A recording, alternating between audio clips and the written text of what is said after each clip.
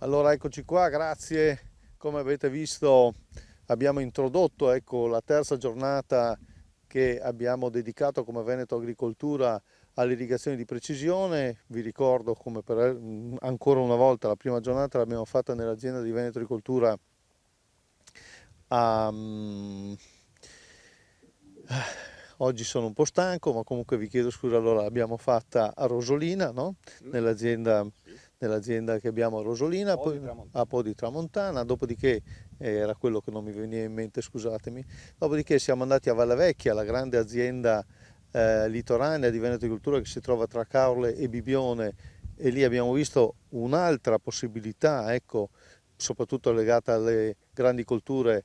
A Po' di Tramontana, quindi a Rosolina, abbiamo visto l'irrigazione di precisione legata soprattutto al settore orticolo, ecco. E oggi invece siamo qui nell'azienda Sasserami. Si chiama Sasserami perché è l'unione di due aziende, l'azienda Sasse e l'azienda Rami, a Ceregnano in provincia di Rovigo. Quindi prima eravamo in provincia sempre in provincia di Rovigo, comunque proprio sul crinale tra Venezia e Rovigo, con l'azienda Po' di Tramontana. Eravamo nel Veneto orientale, quindi appunto tra Calo e Bibione, provincia di Venezia, con Valle Vecchia. Qui siamo in piena provincia di Di Rovigo, Rovigo, esatto. Comune di a Ceregnano. Ceregnano. E Ceregnano, e quindi qui abbiamo un altro tipo di agricoltura, e quindi abbiamo anche un altro tipo di irrigazione, è vero Lorenzo Furlan, dirigente per la sperimentazione di Veneto Agricoltura? Sì, buongiorno. In questa azienda noi cerchiamo sempre di fare agricoltura sostenibile nel senso più ampio del termine e su grandi culture principalmente, ma ci sono anche i frutteti, la conservazione, la biodiversità. È un'azienda pilota dimostrativa con molte attività, ma la gran parte della superficie è dedicata ai seminativi e sui seminativi cerchiamo di fare agricoltura di precisione anche per quanto riguarda l'acqua, per tutti i fattori di produzione, ma anche per quanto riguarda l'acqua con le grandi macchine per l'irrigazione. Qui abbiamo un Ranger oggi. Allora, qui dietro appunto vedete un Ranger, che è una macchina semovente, ha propri motori per muoversi all'interno della coltura. La coltura che vedete alle mie spalle è soia, no? Mentre invece voi in questo momento non la vedete, ma fra poco alzeremo il drone, mi seguo Furlan. Fra poco alzeremo il drone e quindi vi faremo vedere sostanzialmente tutta l'ampiezza dell'azienda, e di fronte a noi ci sono delle colture di mais. Allora, ecco, come gestite l'acqua qui a Ceregnano, e soprattutto cos'è l'irrigazione di precisione per quanto riguarda questo tipo di realtà? L'irrigazione come concetto è quello di dare al complesso terreno pianta quello che serve in ciascuna fase del ciclo culturale senza sprecare acqua, cioè ottenere il massimo con il minimo consumo d'acqua. Questo vuol dire la riduzione dei costi energetici, ma ovviamente anche il risparmio di una risorsa preziosissima qual è l'acqua. Quindi è un must per noi fare tutto in precisione, ma deriva da un approccio complessivo delle aziende. Le aziende pilota dimostrative cercano di fare agricoltura sostenibile al massimo livello oggi possibile e quindi ha un approccio olistico, una parola che tiene conto di tutto. Non ha senso razionalizzare solo un fattore se tutti gli altri sono irrazionali. Tutti i fattori interagiscono fra di loro, il seme, la concimazione, l'irrigazione, tutto è un complesso che dà un risultato finale e dà degli impatti più o meno grandi a seconda di quanto io sono preciso, e quindi noi partiamo da una zonizzazione generale che serve per razionalizzare tutti i fattori di produzione. Quindi cerchiamo di suddividere in zone omogenee tutte le aziende, facciamo dei rilievi con sensori geoelettrici, usiamo le mappe di produzione che ormai da oltre un decennio raccogliamo alla raccolta di tutte le culture, mettiamo insieme questi dati, troviamo delle zone omogenee.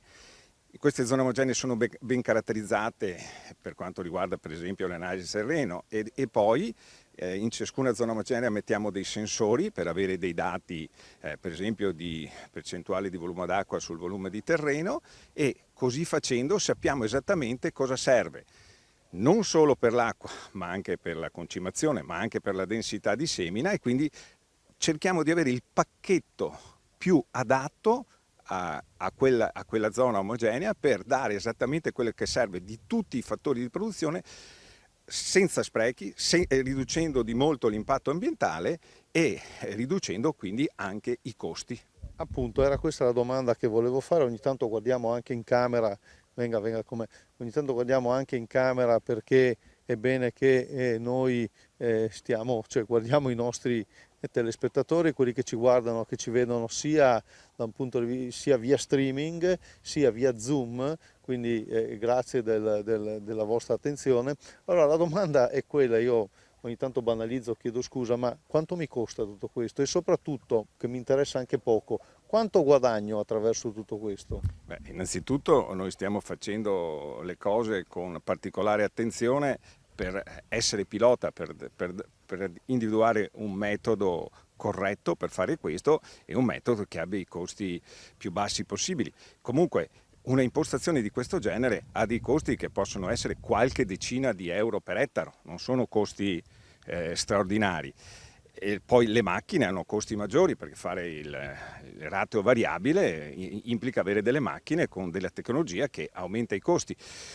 Abbiamo comunque visto come questi costi possano rientrare molto velocemente, quindi parliamo di qualche decina di euro per ettaro, in solo una prima stima avevamo fatto anche su un articolo che è apparso sull'Informatore Agrario, parlavamo che se le tecnologie sono utilizzate su ampie superfici, 500-1000 ettari, parliamo di costi di 20 euro, 15 euro per alcune cose, 20, 30, che in un'analisi costi-benefici ritornano molto, molto velocemente e danno un vantaggio alla singola azienda, ma un vantaggio alla collettività in termini di servizi ecosistemici e di minore impatto ambientale molto grandi.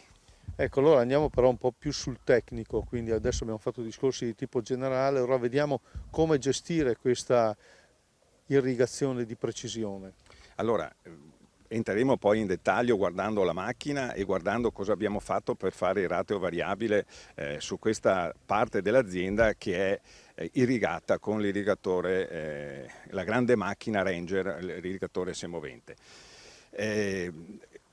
In termini generali noi abbiamo fatto quello che ho detto prima, abbiamo fatto un'analisi della variabilità di questi terreni, l'abbiamo fatta con un sensore geoelettrico, poi abbiamo studiato tutte le mappe che anno per anno. Quindi se posso banalizzare, se c'è qualcuno, sono tutti tecnici quelli che in questo momento ci stanno guardando, ma se posso banalizzare, voi avete fatto una sorta di ricerca dei cru del territorio qui dell'azienda Rami, in modo tale sapete quindi il terreno, quindi la pedologia sostanzialmente. Siamo andati a vedere dove le zone sono omogenee, le abbiamo divise in pezzi che sono omogenei tra loro e abbiamo studiato le caratteristiche del perché quei pezzi erano omogenei, quali sono le caratteristiche pedologiche e anche altre caratteristiche importanti poi per la gestione agronomica e abbiamo individuato poi che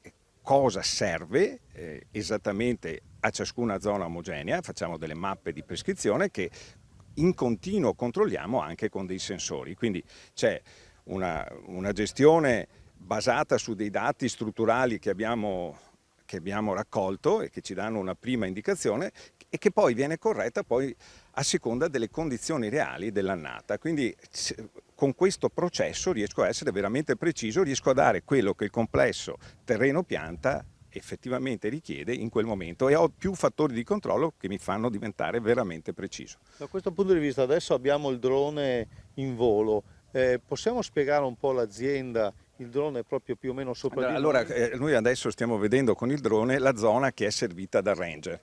È una sperimentazione che ha diverse sperimentazioni una sopra l'altra perché cerchiamo per essere con un approccio olistico veramente precisi di tener conto di tutti i fattori e quindi le informazioni a mo' di strato sono messe insieme per individuare cosa fare ciascun pezzettino dell'azienda. Sulla parte che vedete a Soia adesso con il drone che è irrigata con i Ranger in modo variabile, facciamo agricoltura conservativa flessibile, è una sperimentazione in cui cerchiamo di fare tutto quello che serve nell'ottica che dicevamo prima per ridurre i costi, aumentare la sostanza organica del terreno e ottenere buone produzioni lo stesso, quindi aumentare il reddito netto dell'azienda agricola, al contempo dando dei servizi ecosistemici importanti quale l'aumento della sostanza organica, sottrarre il carbonio dall'aria e riportarlo nel terreno in un'ottica quindi di sostenibilità al massimo possibile. Per fare questo non solo abbiamo l'agricoltura conservativa accessibile, ma sopra stiamo sperimentando su fasce diverse ripetute l'apporto di digestato anche concipato. Abbiamo una sperimentazione che abbiamo chiamato Agro for Carb per diciamolo bene. Agro for Carb l'abbiamo chiamata, che serve a vedere come anche aggiungendo sostanza organica ai terreni che sono già assoggettati all'agricoltura conservativa e flessibile si possa ulteriormente e più velocemente aumentare il contenuto di carbonio del terreno, quindi aumentare la sottrazione di anidride carbonica dall'aria riportandola nel terreno. Quindi ci sono all'interno di questo reparto delle zone che sono trattate in modo diverso per capire qual è il pacchetto, noi ragioniamo a pacchetti, qual è il pacchetto migliore per ottenere questi risultati di sostenibilità che cerchiamo di portare a casa in modo conveniente per l'azienda agricola. Ecco, e poi il trasferimento della conoscenza come lo facciamo? Vuol dire i risultati che Veneto Agricoltura in qualche maniera acquisisce attraverso queste sperimentazioni, ecco, come li trasferisce poi al mondo agricolo? Allora abbiamo diversi metodi di trasferimento, ovviamente a parte le giornate che periodicamente facciamo per far vedere in azienda i risultati e i metodi che vengono usati, abbiamo una continua fonte di informazione che è quella dei bollettini, tra cui quello che diciamo ha più numeri, forse è più conosciuto il bollettino Cultura Erbacee, di Cultura Erbacee oggi stiamo parlando.